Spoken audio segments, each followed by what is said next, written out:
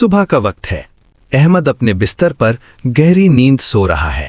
اچانک محلے کی مسجد سے اذان کی آواز آتی ہے۔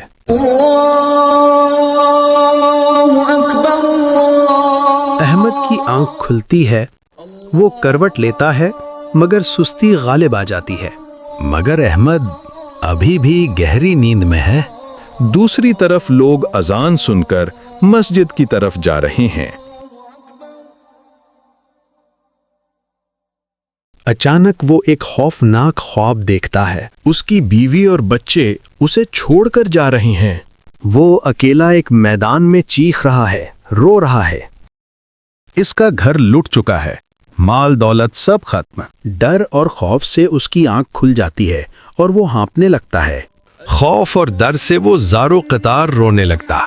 اسے حدیث مبارکہ یاد آتی ہے۔